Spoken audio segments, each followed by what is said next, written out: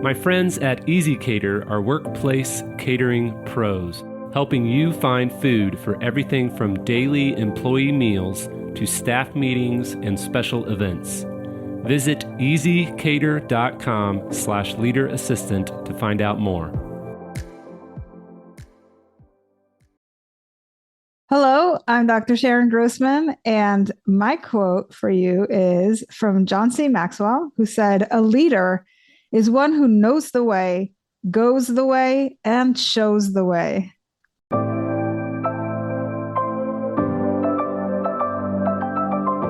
The Leader Assistant podcast exists to encourage and challenge assistants to become confident, game-changing leader assistants.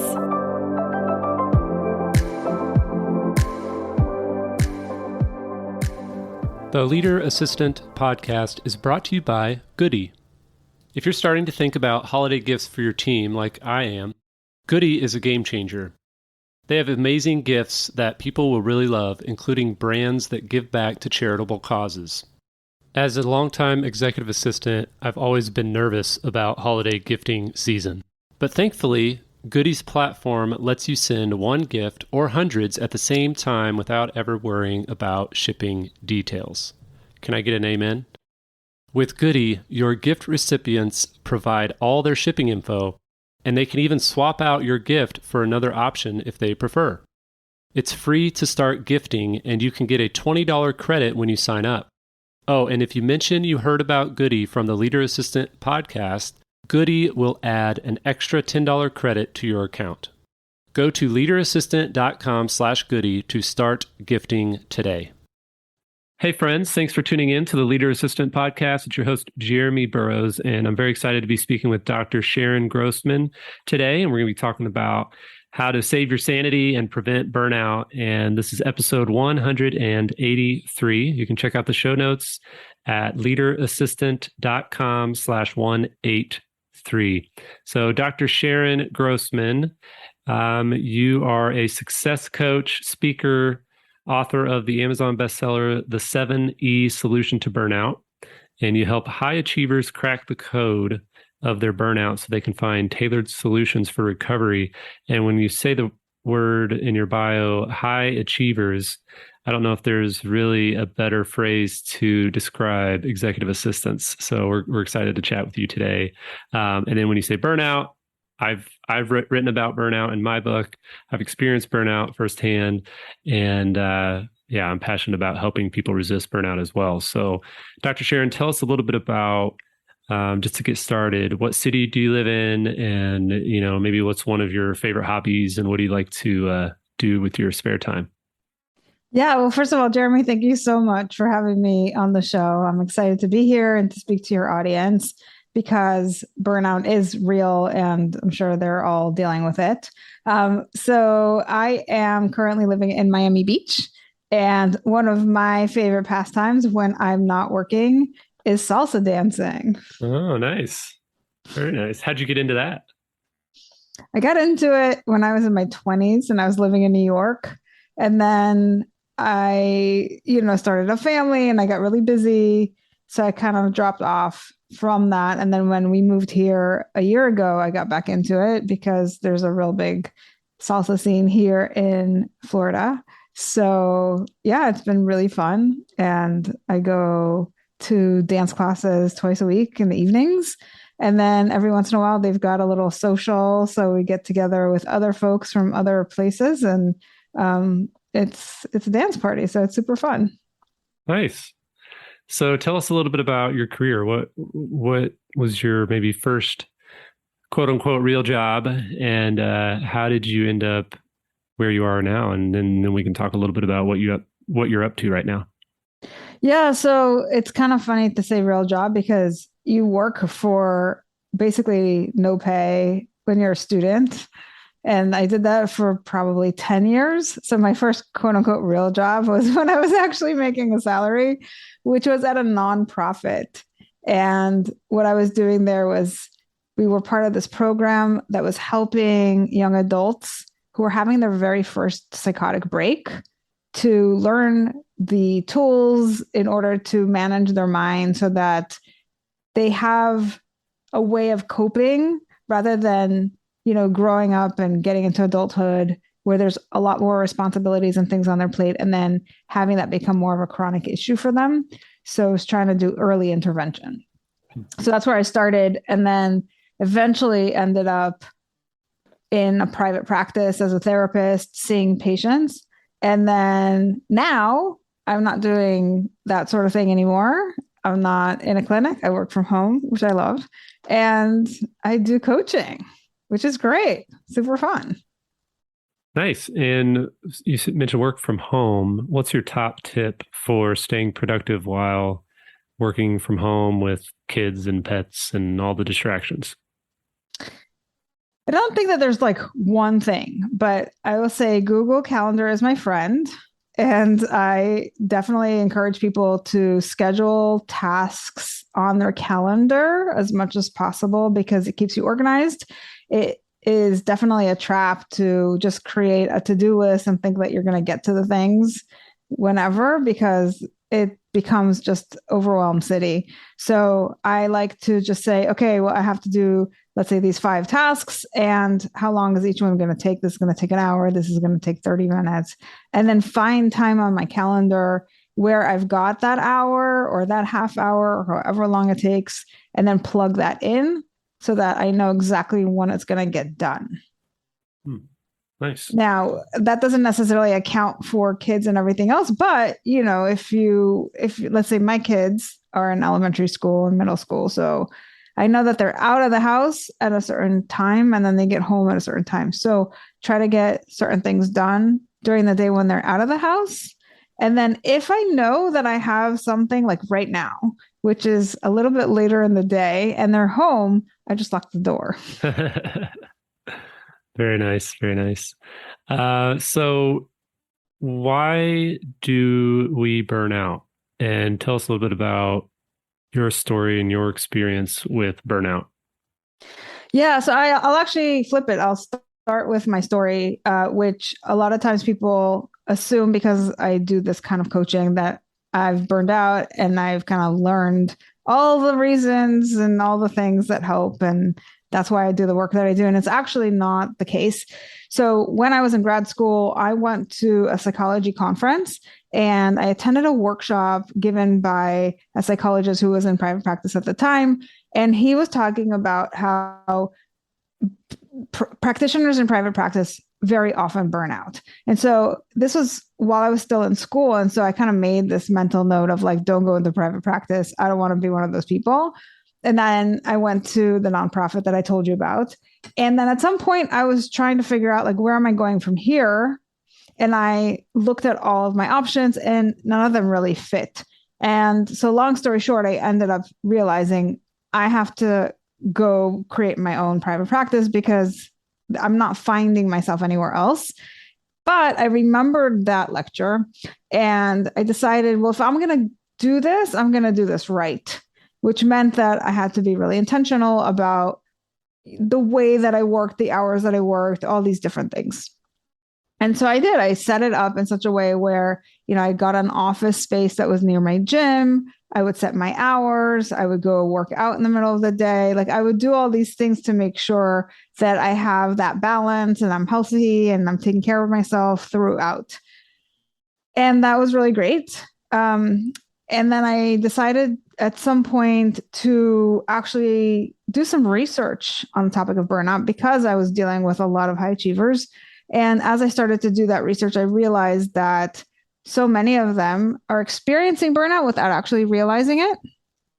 So once I realized what burnout really was about due to all the research, then as they would come in, describe what's going on for them, I'd say, it sounds like you're burned out or that you're burning out. And they'd be like, oh, yeah, that sounds right. So what I realized is that a lot of people actually aren't aware that they're burned out. And it's a really fine line because we all say that we're stressed all of the time. But there's a difference between acute and chronic stress. And we all have acute stress that we can kind of, just get through a day and forget about it and move on. But when stress becomes chronic, that's where you're burning out. right? It's just that accumulation of stress that's unrelenting, that's day after day after day. That's actually what burnout is. And it shows up in different ways, and it shows up for different reasons. So I kind of made it my mission to go out and educate people about burnout so that they can catch it early on.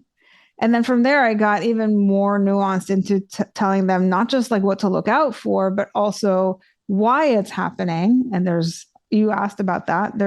I've kind of narrowed it down to 7 things, which, as a fun kind of side note, they all come together to spell burnout. Nice. Yeah, so that's kind of an easy mnemonic. Love acronyms. There you go. And so, we can talk briefly about what the 7 things are.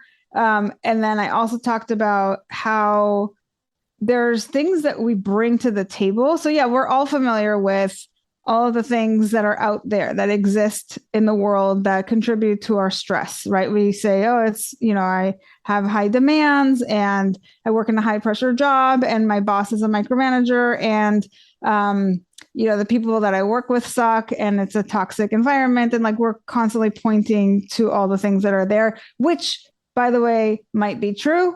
And that might not be the whole picture. So what I'm also interested in is helping people focus on the things that they actually have control over, which is what you're bringing to the table. And then that's where we're kind of decoding your burnout based on not just the environmental stressors, but also your programming and your personality.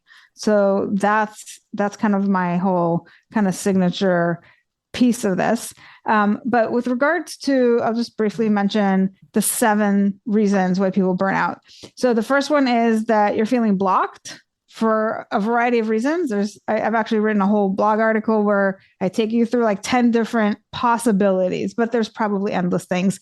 Think about things that block you from the outside as well as things from the inside, right? Sometimes we block ourselves, we sabotage, we do all kinds of things. So these are things that kind of can get in the way. And if you feel really stuck and you're not able to get past that, it can be really frustrating. And then over time, that stress can kind of build up and you can burn out. Second one is unfairness. So there's a lot of unfairness that can happen on the job, whether it's unfair treatment or there's something unethical or immoral that's happening. Maybe you don't get the promotion and somebody else does, but it wasn't because they deserved it. It was because they're kind of like buddy with the boss or something like that. There's all kinds of things that go on. There's discrimination on the job. So all kinds of things that fall under that heading. There's resentment. So a lot of my clients actually, believe it or not, feel a ton of resentment at their jobs. And that is a huge burnout thing. They're resentful for all kinds of reasons, and if you feel this way, you know what I'm talking about. And that over time can actually affect you in a lot of negative ways. So we want to take a look at that. Number 4 is neglect. So what I mean by that is that we're not taking care of ourselves. We're putting ourselves on the back burner.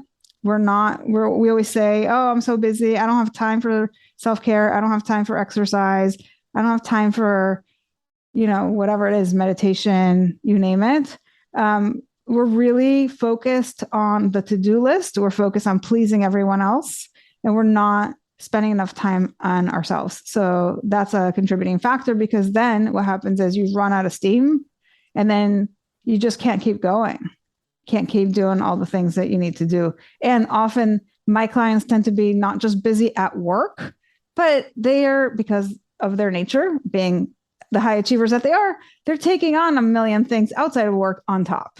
Right. Mm-hmm. So they're like, oh, I've got like the 5 kids and the 2 dogs, and I'm, I'm volunteering at the school, and I'm doing, like 100 things. So it's too much for anybody. And if you're not managing your energy, if you're not protecting your energy, then you're going to run up against a problem.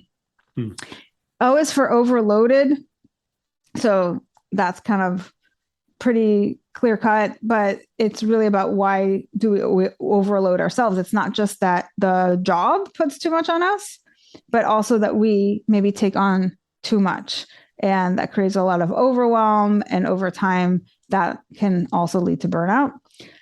U is for unrecognized. So a lot of my clients actually feel like they do so much and they really want to help, and they help all these people around them to promote them and to get them to the next level. And then if they don't get the appreciation that they hope for, they get really resentful. They get really burned out because they're like, at some point they do a 180 and they're like, well, then why should I help anybody?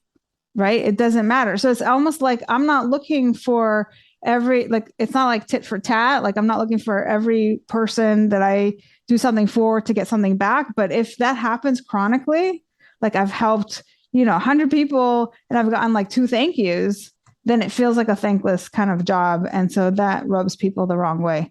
And then finally, T is for trauma. And sometimes we do experience trauma on the job, whether it's because, we talked about discrimination earlier on, but it could be a lot of other things that are going on. People are yelling at you. People are mistreating you. So there's all kinds of things that happen. I once talked to a lawyer who said she had such trauma on the job that even after she left that place of work, every time she would drive by the building, she would like be shaking in her car. Right. So our brain starts creating these associations between the location and that state of panic. And so it stays in our nervous system. And so I just wanted to mention there's a whole bunch of reasons, as you can see, why we might burn out. Wow. Yeah, that's great. Thanks for helping. And I'm assuming you go through all of that in depth in your book. Is that right? Actually, those are something I just came up with recently. Oh, so nice. So book two. Well, right now they're like, if you want, you can check out my blog. It's like, I've actually broken it down into all the different parts. And I've got a blog that goes a little bit more deeply into each and every single one of those. Okay. Yeah, we'll put that in the show notes for sure so people can dive deeper. Mm-hmm. So I have a couple of questions, but first I want to get into assistants. So what experience do you have? Have you had assistants? Have you worked with assistants? Mm-hmm. And what's kind of your general thought on what you've seen with the assistant profession? So I worked with assistants in 2 different capacities. I have assistants that help me in my business, and I've also had assistants as clients, right? Because they were feeling a lot of anxiety, a lot of stress, a lot of burnout. And so I've had them from both ends. And, I think it's a very varied experience across the board because it really depends who you are. And by that, I mean, like, what is your personality? How do you cope with stress? What else do you got going on? Right. So there's a lot of individual factors. And then there's also what's going on the job, the environmental stuff. So for instance, I worked with an executive assistant who was working for Slack, if you're familiar with that. So that's a pretty big technology company. She had a pretty good job. She was really happy there. But she was somebody who had a lot of imposter syndrome. So it's that need to constantly prove yourself that you deserve a place at the table. And then if it's a big company like that, then there's so many different executives and each one of them has an assistant. And so then you're like trying to compare yourself to other people's assistants and trying to figure out like, how do I measure up? And then there's all these like rankings of assistants. And so maybe you come in at a certain level and you want to go to the next level.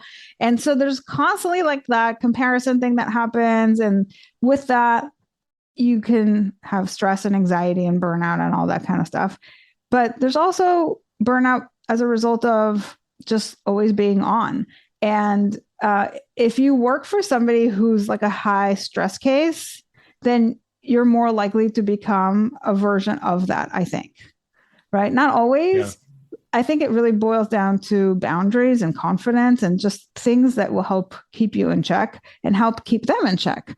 And I really believe that even though they're calling the shots and you're there to assist them, I think there is something to be said for having good boundaries with your boss. Mm-hmm. And sometimes they're just all over the place, which is why they need you. But if you're really good at holding boundaries, it helps to just calm them down a little bit. And sometimes they need that structure So I want to just put that out there because I think a lot of times assistants feel like they just have to bend over backwards and do everything and make everything happen like yesterday. And yeah, I get it. Like you work for people who are super busy and sometimes maybe don't manage their own stress very well, and they might put it on you and get upset, and then you might take it personally, and then you can kind of spiral. And I also think that there's a place where you can just rewrite the whole script and say like, okay, I am really good at what I do and I'm here to help this person. And you might even say that to them, like, I'm here to help you, but I need us to work together in a way that works for me too. Mm-hmm. So it's kind of like a help me help you kind of a conversation, right? One of my favorite phrases. Yeah. And then you can set the stage for how that goes rather than them just think that you're there to get dumped on. Yeah.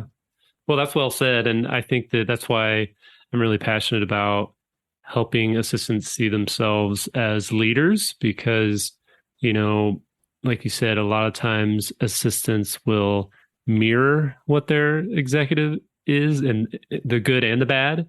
Mm-hmm. And, you know, our job is to complement them and to sharpen each other, not just, you know, create a mini me of the executives. So thanks for diving into that.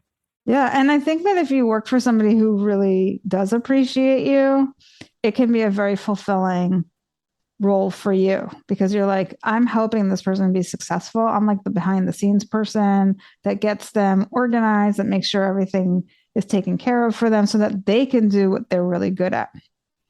Right. Yeah. And I know that because I have assistants that work for me and I really appreciate them because if it wasn't for them, I would have a lot more on my plate, which means that I would have a lot less time to do the things that only I can do. And so I think it's important to treat our assistants right and to appreciate them and to celebrate them and to not, to keep ourselves in check so that we're not, as I said, dumping onto them or having, and we do that as parents too, right? We dump on our kids. People bring their stress home all the time. So that's important as a life skill anyway. Right. Yeah. Great. Well, to kind of wrap things up, and it's been fun chatting with you. You mentioned the 7E solution to burnout, and you talked about the acronym. As you were going through that, I was relating to a lot of the burnout signs, but also just thinking about all the assistants that I've talked to over the years who tell me essentially exactly what you said about that's how their work is going right now. That's how their job with their boss is going right now. So what would you say to those listening who are like, all right, I get it. I'm burned out. And now what? What do I do from here? Yeah. So I actually created a burnout checklist so that people can, number one, if you're not sure if you're burned out, you can really kind of confirm. And it's got all the kind of signs that you want to look out for. But then if you do know that you're burned out, or if you find out that you're burned out, then we kind of have, so then what to do. And I walk you through that and I explain a little bit of what's going on. So I really invite everybody to download that because that'll be a great first step for you. And then from there, I send some additional emails. If you're on my list, you also get weekly newsletters with all of my latest updates, which include my blogs and my podcasts and all the things that I'm working on. So everything is burnout related. So if you're interested in the topic, for sure, get on that. And you can download that at drsharongrossman.com/burnout checklist. Awesome. So we'll put that in the show notes, leaderassistant.com/183. I'll link to all of that so people can dive in. So what would be one practical tip for resisting burnout and preventing burnout that you want to leave people with? Just something that they can, as they're, driving home from work or going for a run or doing dishes, listening to this podcast, what's one thing that they should, implement in their life that they can implement in the next 24 or 48 hours to help them? Yeah. So, we talked earlier about that Google Calendar and scheduling things. And I think it's important not just to get our work done, but to also think about our life outside of work. And so one of the things, as I mentioned, people often say is, I don't have time for self-care. So whether it is that you want to go to the gym, you want to take a dance class, you want to take a tennis lesson, whatever, to take care of yourself, schedule it in. And that way you've already carved out the time in advance and you know that it's going to happen. So if you can live and die by Google Calendar, that's definitely a great way to make sure that you get all the things that you want done and you have that nice balance to keep you in check. Because otherwise what happens is the stress just accumulates and accumulates and accumulates, and that really puts you in danger of burning out long term. Yeah. Awesome. Yeah, it's great tips. And I think that thankfully assistants are really good at calendaring, but often we really lead our executives' calendar really well, but we just neglect our own. And we might have a really good system for our executive of, here's some focus time, here's time to go work out and do your hobbies, and you're balanced. I've got you all balanced. But then we look at our own calendar and we're like, wait, what? This we need to spend some time on our own life. So exactly. I appreciate it. All right. Well, Dr. Sharon, thank you so much for taking time, and look forward to having my listeners reach out and learn more and check out the Burnout Checklist for sure. And we'll, talk soon. Awesome. Thanks again.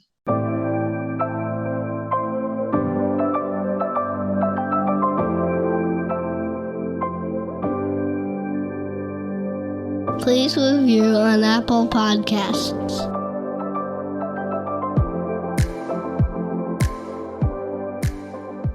GoBulls.com